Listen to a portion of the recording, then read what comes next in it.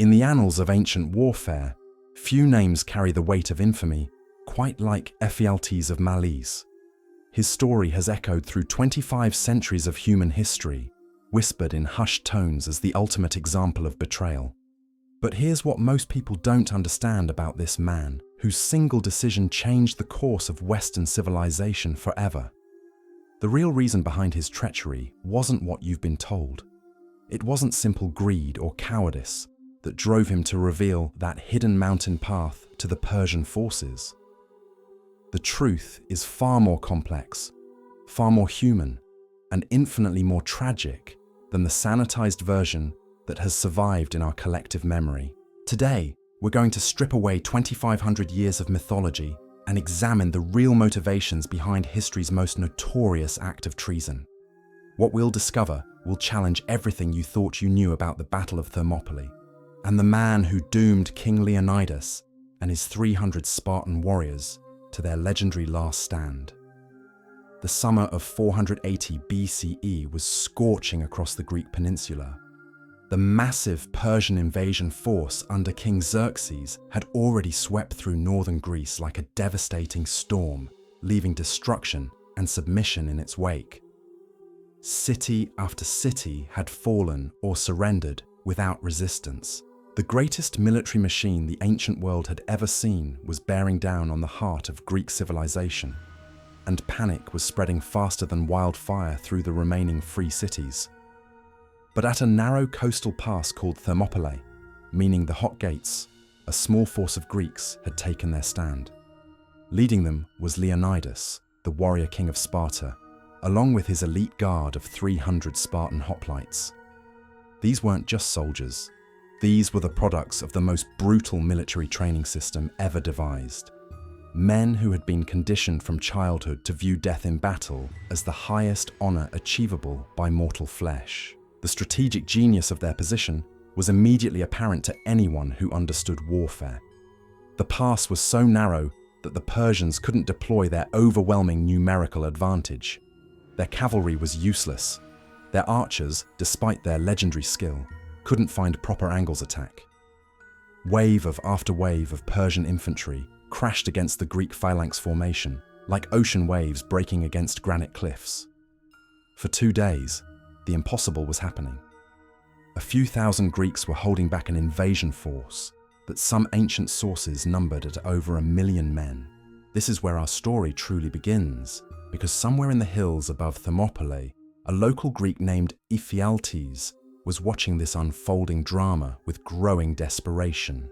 But his desperation wasn't born from patriotic fervor or concern for Greek independence. It was something far more personal, far more immediate, and far more relatable than the heroic narratives would have us believe. Ephialtes was a man caught between worlds, and understanding his position requires us to grasp the brutal realities of ancient Greek society that most historical accounts conveniently ignore. He wasn't a Spartan warrior bred for glory. He wasn't an Athenian citizen with political rights and social standing. He was what the Greeks called a perioeci, a free inhabitant of the region who existed in the shadowy spaces between full citizenship and slavery. His family had lived in the mountains around Malice for generations, eking out a precarious existence through hunting, herding, and serving as guides for travelers brave enough to navigate the treacherous mountain paths. The Persian invasion had already devastated his world in ways that the grand historical narratives never bothered to record. His livestock had been requisitioned by retreating Greek forces. His village had been burned by Persian advance scouts. His neighbors had fled or been killed. Everything he had worked to build, everything his family had accumulated over generations, lay in ruins around him. The war between great powers had reduced him to little more than a refugee in his own homeland. When Xerxes issued his proclamation offering substantial rewards to any Greek who could provide assistance to the Persian cause, Ephialtes faced an impossible choice. On one side stood abstract concepts like Greek freedom and cultural identity.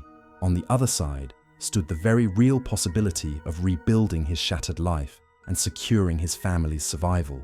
The Persians weren't offering him a handful of gold coins. They were offering him a path back to prosperity, a chance to become something more than another casualty of forces beyond his control. But there was something else driving Ephialtes toward his fateful decision, something that cuts to the very heart of human nature and the corrupting influence of social exclusion. Despite being Greek by birth and blood, he had never been truly accepted by the warrior elite who now claimed to represent all of Greek civilization. The Spartans looked down on him as a barbarian, barely better than the helots they enslaved. The Athenians dismissed him as an ignorant mountain dweller unworthy of political participation. Even the other Greek city-states viewed him with suspicion and contempt. For decades, Ephialtes had lived with the bitter knowledge that no matter how loyally he served, no matter how faithfully he honored the gods, no matter how desperately he wanted to belong, he would always remain an outsider in his own land. The very men who now expected his unwavering loyalty had spent years treating him as something less than fully human. The social structure that demanded his sacrifice had never offered him anything in return except the privilege of remaining invisible and powerless. The psychological weight of this exclusion cannot be underestimated. Ancient Greek society was built on rigid hierarchies that not just political power, but social worth determine, and even religious standing. For someone like Ephialtes, watching the Spartan warriors receive glory and honor for defending a system that had systematically marginalized him must have created a profound sense of injustice. Why should he sacrifice everything for people who had never acknowledged his existence, except when they needed something from him? As the battle raged below at Thermopylae, Ephialtes found himself in possession of knowledge that could change everything. He knew about the Anopeia path, a treacherous mountain trail that wound through the peaks above the pass. This wasn't common knowledge. It was the kind of local expertise that only someone who had spent his entire life in these mountains would possess. For the first time in his life, Ephialtes held something that the great powers of the world desperately wanted. Internal. The struggle that followed must have been excruciating. Every fiber of his cultural conditioning told him to remain loyal to his fellow Greeks. But every bitter memory of exclusion and humiliation whispered that these people had never truly considered him one of their own. The Persians, at least, were offering him recognition, wealth, and status. They were treating him as a valuable ally, rather than a disposable resource. What happened next would echo through history as one of the most consequential acts of betrayal ever recorded. But to understand why Ephialtes made the choice he did, we must look beyond simple explanations of greed or cowardice. His decision was the product of a perfect storm of personal desperation, social exclusion, and the terrible human need to matter in a world that seemed determined to render him invisible. The man who would soon approach the Persian camp wasn't a monster driven by pure evil. He was a human being pushed beyond his breaking point by circumstances that no person should have to endure. His story serves as a dark mirror reflecting the consequences of social systems that create outcasts and then expect unwavering loyalty from those they have systematically oppressed. The night was growing colder in the Persian camp when a lone figure approached the outer sentries. Guards who had grown accustomed to streams of Greek refugees and deserters barely glanced up as another bedraggled mountain dweller requested an audience with their commanders. But this wasn't just another desperate soul seeking protection from the chaos-consuming Greece. This was Ephialtes, and he carried with him information that would transform the entire course of the invasion. What transpired during that fateful meeting has been sanitized by centuries of historical interpretation, but the brutal reality was far more calculated than most accounts suggest. Ephialtes didn't stumble into the Persian camp driven by sudden impulse or momentary weakness. His approach was methodical, deliberate, and born from weeks of careful observation and planning. He'd watched the Persian advance, studied their tactics, and recognized an opportunity that could finally elevate him from the margins of society to a position of genuine importance. The Persian commanders who received him weren't dealing with a simple turncoat motivated by base greed. They were negotiating with a man who possessed intimate knowledge of terrain that had already cost them thousands of casualties and precious time. Ephialtes understood the strategic value of what he offered, and he negotiated accordingly. The rewards promised to him weren't just monetary.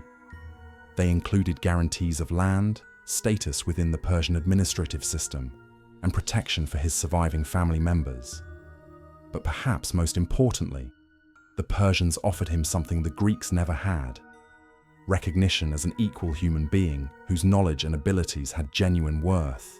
For a man who had spent his entire life being dismissed and ignored by his own people, this acknowledgement of his value must have been intoxicating. The great King Xerxes himself would know his name. His contribution would be recorded in the annals of the Persian conquest. He would matter in ways that Greek society had never allowed him to matter. The psychological transformation that occurred during these negotiations cannot be overstated. Ephialtes was no longer the forgotten mountain dweller begging for scraps of recognition from his social betters. He had become a strategic asset, a key player in reshaping the balance of power in the ancient world. The very knowledge that his fellow Greeks had dismissed as worthless peasant wisdom was now being treated as military intelligence of the highest value. When Ephialtes finally led the Persian Immortals up the Thermopylae path, he wasn't just guiding enemy soldiers through familiar territory. He was walking toward a complete transformation of his identity and place in the world. Every step took him further from his old life of marginalization and closer to a future where his worth would be acknowledged and rewarded. The treacherous mountain trail that wound through the darkness became a metaphor for his own journey from invisibility to significance. The technical expertise required for this undertaking reveals another dimension of Ephialtes' betrayal that popular accounts often overlook. The Thermopylae path wasn't a simple hiking trail that any casual observer could navigate. It was a dangerous route through some of the most challenging terrain in central Greece, requiring intimate knowledge of seasonal water sources, weather patterns, and the subtle landmarks that could mean the difference between success and disaster for a large military force. Ephialtes had spent decades accumulating this knowledge through necessity and survival. He knew which sections of the path became where the Persian column would be most impassable during certain weather conditions. He understood vulnerable to detection and where they could move with relative stealth. He could predict how long the journey would take and what supplies would be needed to sustain a large force during the crossing. This wasn't information that could be purchased or extracted through torture. It was the product of a lifetime spent intimately connected to this harsh landscape. The irony of the situation would have been lost on no one involved. The same geographic knowledge that had kept Ephialtes and his family alive in their marginal existence was now being weaponized against the very society that had created their marginalization. The survival skills that Greek civilization had dismissed as primitive barbarism were proving sophisticated enough to outmaneuver the most elite military minds of the age. As the Persian column made its way through the mountain darkness, guided by a man whose name would become synonymous with treachery, the true complexity of his motivations continued to unfold. This wasn't just about personal gain or revenge against specific individuals. It was about the fundamental human need for agency and recognition in a world that seemed determined to deny both. Ephialtes had found a way to transform his powerlessness into power, his invisibility into historical significance. The psychological weight of what he was doing must have been overwhelming. With each Persian soldier that passed him on the narrow mountain path, Ephialtes was sealing the fate of men who shared his blood, his language, and his cultural heritage. Yet these same men had systematically excluded him from meaningful participation in that shared culture. The cognitive dissonance of simultaneously betraying and being betrayed by his own people created a moral complexity that defies simple categorization. By dawn, when the Persian Immortals emerged behind the Greek positions at Thermopylae, Ephialtes had achieved something unprecedented in his life. He had single-handedly altered the course of one of history's most significant military campaigns. The narrow pass that had seemed impregnable just hours before was now a trap closing around the Greek defenders. King Leonidas and his warriors, who had performed miracles of courage and tactical brilliance for 2 days, suddenly found themselves surrounded and facing inevitable annihilation. The moment when the Greek sentries spotted the Persian flanking force must have been one of absolute horror. The impossible defensive position that had made heroes of ordinary men was about to become their tomb. The strategic masterstroke that had held back the greatest invasion force in ancient history was unraveling because one forgotten man had finally found a way to make himself unforgettable. But even as his betrayal reached its climax, Ephialtes faced the terrible realization that his transformation was incomplete. He had gained recognition and reward, but at the cost of becoming something monstrous in the eyes of his own people. The very act that elevated him to historical significance also condemned him to eternal infamy. He would be remembered, but as the embodiment of treachery rather than as a hero of his own story. The aftermath of his decision would prove more complex than Ephialtes could have possibly anticipated.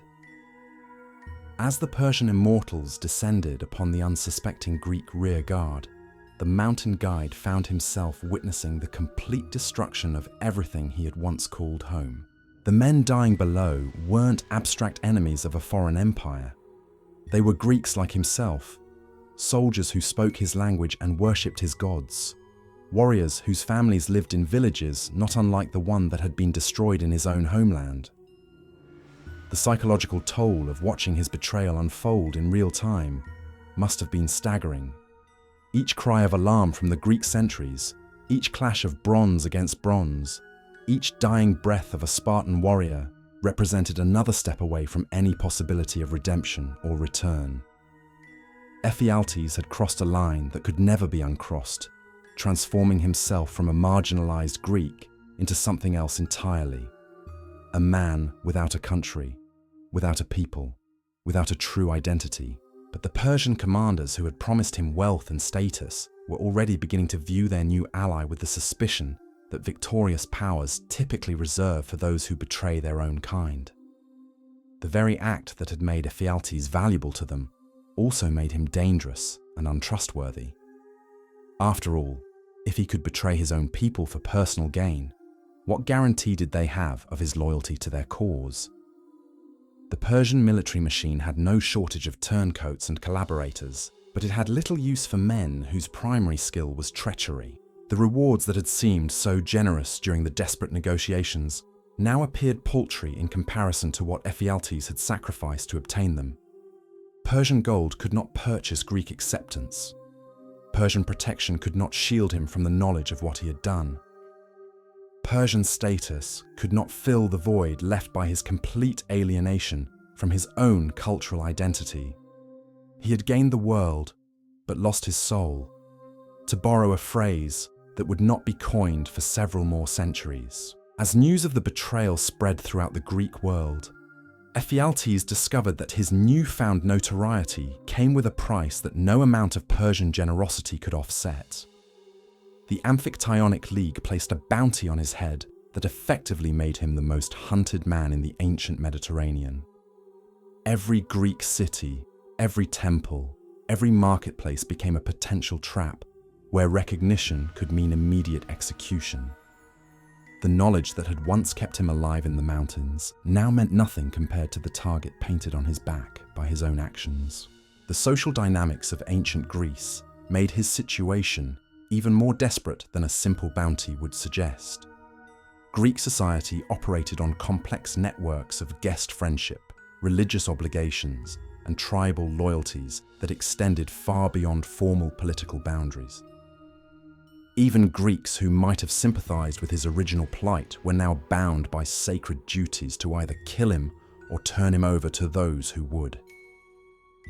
He had become a pollution in the religious sense, a source of contamination that threatened the spiritual well-being of any community that harbored him. The Persian Empire, despite its vast resources and administrative sophistication, could offer him little meaningful protection once he had served his immediate purpose. The Persians understood that keeping a Greek traitor alive and visible would only inflame resistance throughout their newly conquered territories. Ephialtes had become a liability, a reminder of the methods used to achieve victory that might inspire future betrayals, or worse, future resistance.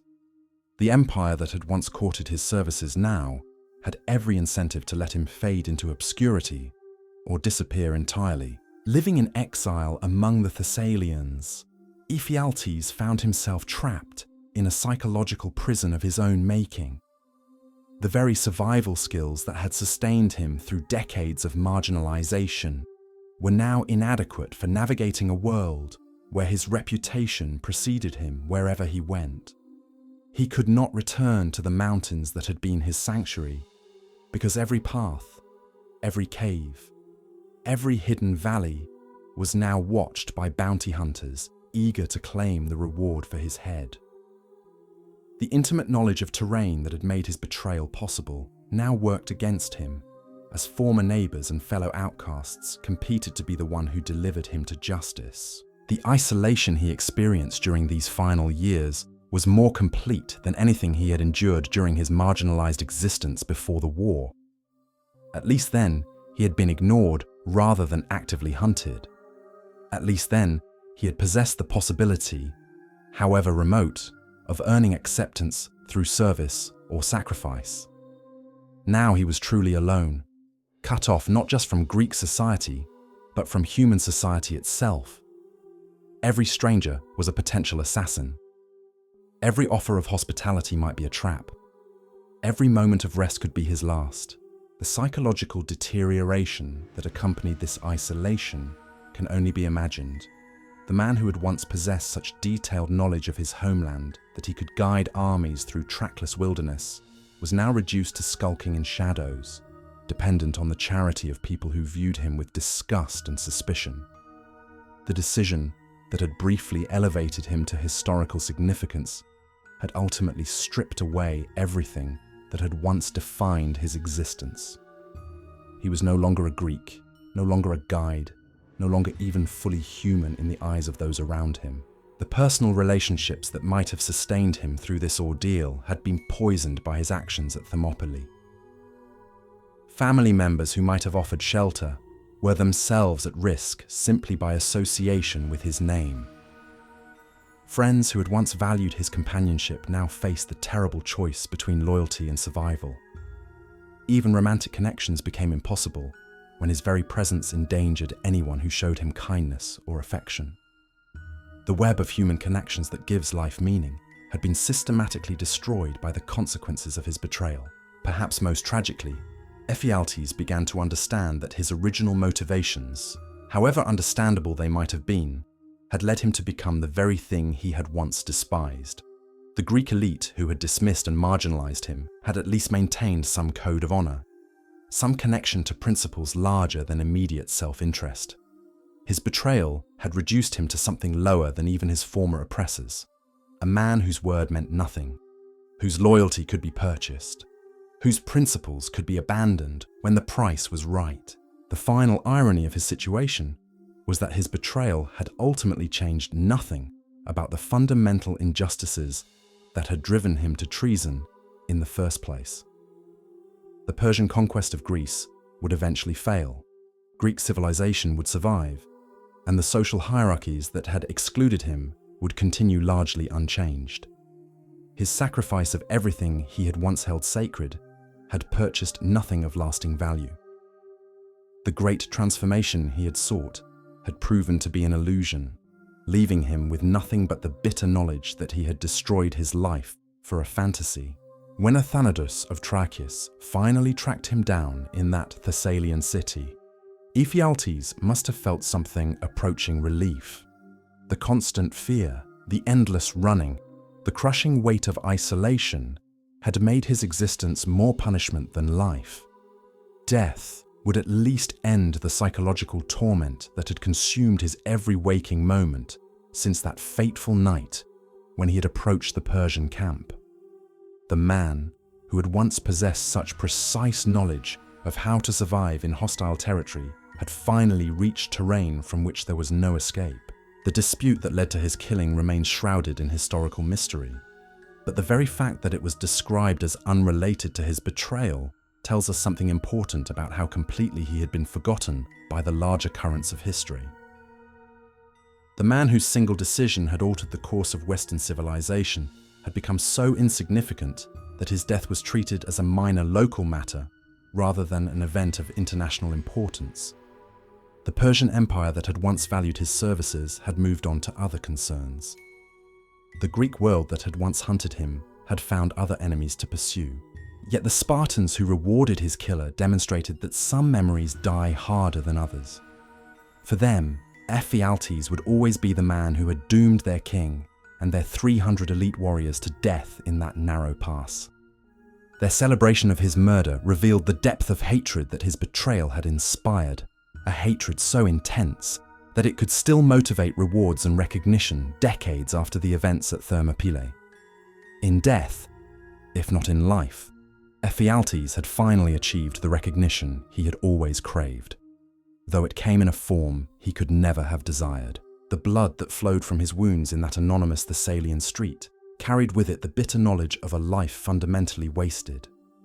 A man who had possessed genuine skills, intimate knowledge, and legitimate grievances had allowed his hunger for recognition and his thirst for revenge to transform him into something monstrous. The same intelligence and survival instincts that could have made him a valuable member of any community had been perverted into instruments of betrayal and self-destruction. The final moments of Ephialtes remain shrouded in the kind of mundane brutality that history often reserves for those who outlive their usefulness. As Leonidas of Trachis stood over the bleeding corpse in that dusty Thessalian street, he was than just another looking down at more dead traitor. He was witnessing the conclusion of one of history's most cautionary tales about the price of abandoning one's principles for temporary gain. The dispute that led to Ephialtes' death was described by Herodotus as entirely unrelated to his infamous betrayal at Thermopylae. This detail reveals perhaps the most devastating aspect of his final fate. The man who had single-handedly altered the course of the Persian wars, who had doomed King Leonidas and 300 Spartan warriors to their legendary last stand, who had become the most hunted fugitive in the Greek world, died not as a consequence of his great betrayal, but over some petty local matter that history didn't even bother to record in detail. This mundane ending strips away any romantic notions about the significance of his treachery. There were no final speeches about Greek freedom or Persian tyranny. No dramatic confrontations with Spartan avengers seeking justice for their fallen king. No philosophical reflections on the nature of loyalty and betrayal.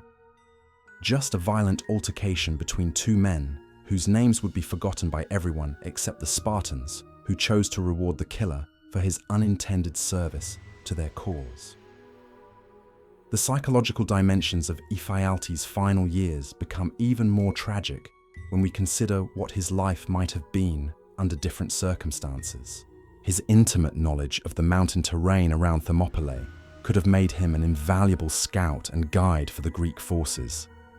His survival skills and local expertise might have saved countless Greek lives during the chaotic retreat from central Greece. His understanding of Persian tactics, gained through his negotiations with their commanders, could have provided crucial intelligence for the continuing resistance. Instead, his hunger for recognition and his justified anger at social exclusion had transformed these potential assets into instruments of destruction. The very qualities that could have made him a hero of the Greek cause became the tools of their betrayal. This transformation reveals the terrible fragility of human loyalty and the devastating consequences when societies fail to integrate their most capable members into meaningful roles. The reward that the Spartans gave to Leonidas speaks volumes about the enduring hatred that Ephialtes' betrayal had inspired. Even decades after Thermopylae, even after the Persian invasion had been decisively repelled. The memory of his treachery remained so fresh and painful that they celebrated his death as a noble deed worthy of compensation. This wasn't just about military strategy or political revenge. This was about the violation of sacred bonds that held Greek civilization together. For the Spartans, Ephialtes represented something more dangerous than a simple military defeat. His betrayal had demonstrated that their entire social system, built on rigid hierarchies and absolute loyalty, contained fatal vulnerabilities. If a marginalized outsider could bring down their greatest king and their most elite warriors through a single act of treachery, what did that say about the stability of their world? His death provided psychological closure for wounds that went far deeper than military casualties. So ends the story of Ephialtes of Malice, a man whose name has become synonymous with betrayal across 25 centuries of human history. His tale serves as a haunting reminder that the greatest tragedies often spring not from pure evil, but from the toxic combination of legitimate grievances and catastrophic choices. The real reason behind his betrayal wasn't simple greed or cowardice, but the far more complex human need for recognition in a world that had systematically denied him worth and dignity. His story forces us to confront uncomfortable truths about exclusion, belonging, and the terrible prices we pay when societies create outcasts and then demand their unwavering loyalty.